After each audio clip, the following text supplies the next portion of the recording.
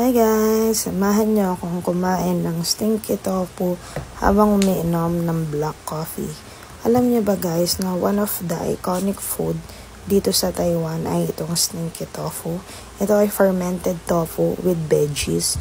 Yung repolyo nila guys sobrang lutong na manamis-namis. Pati yung sauce niya, kaya nagko-complement talaga siya dun sa tofu.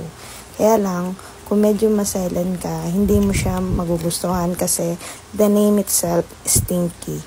So, mabaho talaga siya guys. Yung tipong malayo pa lang yung bilihan nito, amoy na amoy mo na. Yung tipong iiwasan mo siya kasi parang feeling mo didikit yung amoy niya sa damit mo.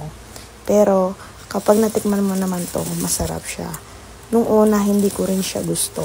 Kasi amoy niya pa lang, malolos appetite ka na. Pero, nung pinatikim sa akin to ng friend ko, surprisingly, nagustuhan ko talaga siya. Kaya minsan, kinikrave ko talaga siya. Kaya bumibili talaga ako. Kasi, parang, sarap na sarap talaga ako.